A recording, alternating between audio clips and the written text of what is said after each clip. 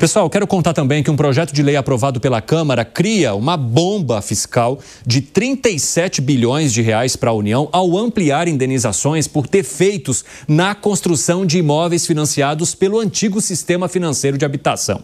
Vamos entender com a Janaína Camelo como é que isso acontece, porque também já há uma mobilização da Fazenda para tentar barrar isso, né, Jana? Conta para a nossa audiência.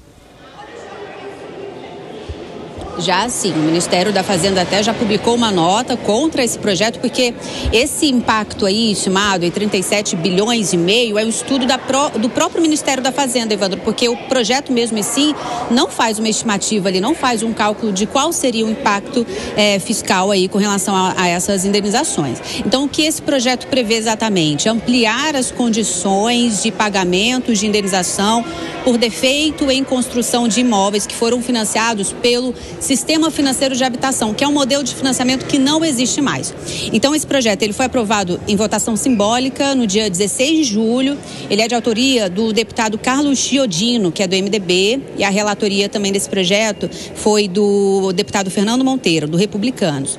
Então, essas indenizações, elas seriam pagas por um fundo que é administrado pela Caixa Econômica Federal, mas é um fundo que no ano passado fechou o ano num patrimônio líquido negativo.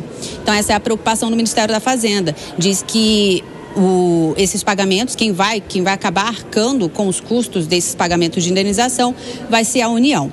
Então, nessa nota, o Ministério da Fazenda disse o seguinte, que o impacto fiscal estimado desse projeto de lei será cerca de 37 bilhões e meio de reais, podendo ultrapassar, inclusive, esse valor, considerando a imprevisibilidade de despesas que poderão, no futuro, ser elegíveis para o ressarcimento. Então, agora há essa movimentação ali do governo federal para que esse projeto realmente não comece a valer. Evandro. Valeu, Jana. Obrigado. Agora, 4h27, quem nos acompanha pela rádio, um rápido intervalo, daqui a pouco espero vocês. Nas outras plataformas seguimos.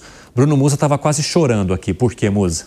Não, porque a Janaína muito bem colocou um fundo com patrimônio líquido negativo. Ontem nós falamos aqui a respeito daqueles gastos considerados chamados parafiscais, ou seja, deveriam entrar dentro do orçamento, mas eles fazem alguma manobra que colocam como despesa financeira e não despesa primária, portanto, aumenta a dívida, mas não entra para a regra do arcabouço fiscal.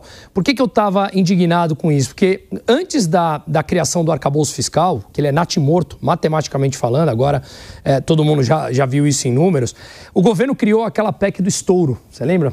E essa PEC, foram criados também vários fundos considerados, chamam-se fundos privados, que eu não sei porque é privado, porque são fundos públicos, da Caixa Econômica, e esse dinheiro são turbinado com alguns bilhões para depois distribuir esse dinheiro e aí ele não entra pelo orçamento. Meu ponto aqui ela mais uma vez trouxe um fundo desse, que é turbinado com dinheiro do orçamento, endivida o governo e a partir desses fundos privados distribui para as causas que o governo quiser. Incrementa a dívida, não entra na regra do arcabouço. E nas manchetes vemos, a meta está quase sendo cumprida, mas o endividamento continua crescendo. Repito o que eu sempre falo, nós pagamos sempre com deterioração do nosso poder de compra. O dinheiro vale cada vez menos. Você não está sentindo isso em casa? Todos nós sentimos. Quem vai pagar a conta no fim das contas, Gani? A mesma turma de sempre, né? Que é a gente aqui, o pessoal lá de casa.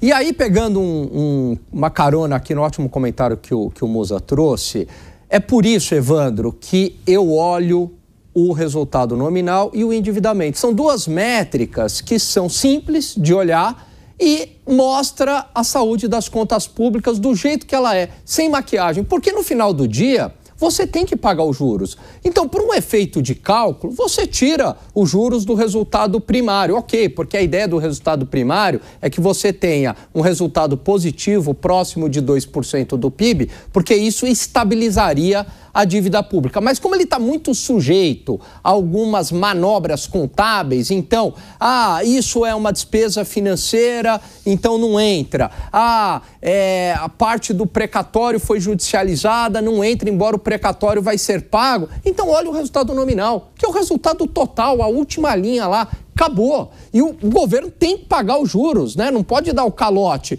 E o endividamento, se o endividamento estiver crescendo, porque o resultado nominal tem sido negativo, significa que a gente está numa situação muito ruim, como acontece hoje em dia. Agora, tem uma questão interessante nesse projeto, Fábio Piperno, que é o fato de Indenizações poderem ser calculadas em cima de imóveis que já não existem mais, imóveis que já foram derrubados, ou seja, como que você poderia contestar uma avaliação de algo que sequer está de pé? E é isso que também gera preocupação no governo federal e no Ministério da Fazenda. Bom, então, eu acho que a parte final da sua pergunta, ela ajuda a responder muito, porque vejam só, essa não é mais uma ideia criativa feita pelo governo. Esse é um gasto que não é um gasto que tem origem em algum projeto do executivo. Quem está propondo esse mega gasto, essa mega despesa, é o legislativo, e eu sempre chamo a atenção, há um deputado republicanos e um do MDB, né? O relator e o presidente da comissão, né? Que são os dois, né? Digamos, patronos dessa ideia esdrúxula. Ou seja, o legislativo que vai para o microfone acusar o governo de ser gastador, né? E muitas vezes ligados a partido do centrão, de centro-direita e mesmo da direita, são esses que vão, mais uma vez, né, providenciar uma pequena despesa de 37 bilhões de reais. Então, isso é realmente um saco sem fundo.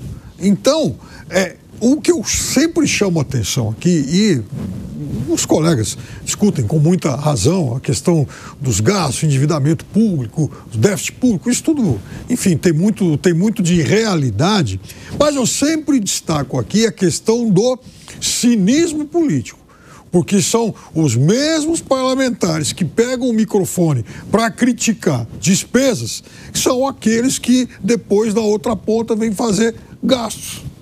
É assim que funciona. Zé Maria Trindade, quero te ouvir. Olha, existem causas populares que, olhando assim por cima, são bem-vindas. Por exemplo, a casa popular, a construção de casa popular é um sonho, né, de toda a família ter a casa própria. E o governo, todos os governos, vamos ser justos, né, trabalham muito em cima disso. E aí fazem esses projetos aí de dívida a vida inteira, minha casa, minha dívida, enfim, e empurra dinheiro público para ganhar votos. Não é um projeto de ascensão social e de melhoria social. Uma vez conversando com um certo deputado federal de São Paulo, chamado Paulo Maluf, que diz o seguinte: olha, eu fiz um projeto lá em São Paulo chamado Singapura, que me garante a eleição para o resto da minha vida. E garantiu, porque o projeto de habitação popular, a pessoa fica grata àquele governante, ou prefeito, ou governador, ou presidente da República, que deu ali a possibilidade de compra dessa casa. E em nome disso, se faz muita mentira e proselitismo político. Por exemplo, financiamentos a longo prazo e de imóveis ruins com problema, né? E o mais interessante é que essas empresas parecem até plataformas digitais. Elas não querem responsabilidade. Elas querem pegar o dinheiro e o governo que se liga depois com o devedor, com o que está entrando no imóvel. A Caixa Econômica Federal chegou a um ponto que virou uma imobiliária, fazendo leilões. Por quê? Porque os inquilinos não pagavam. E inventaram leis lá atrás, a FZVS, que era verificação do fundo de devedor. Quer dizer, você pagava e depois de um tempo ficava sem dívida, independente de ter completado ou não o valor do imóvel, para se ter uma ideia. Então, assim, são vários e vários projetos que são projetos para avisar votos. E os deputados querem isso, essa história de fazer uma cortesia com chapéu alheio, quer dizer, fazer perdão, indenização e projetos para o contribuinte arcar. Quem vai pagar isso somos nós. Agora, a ideia de quem? Dos deputados que só pensam em reeleição. Exatamente, Zé Maria Trindade.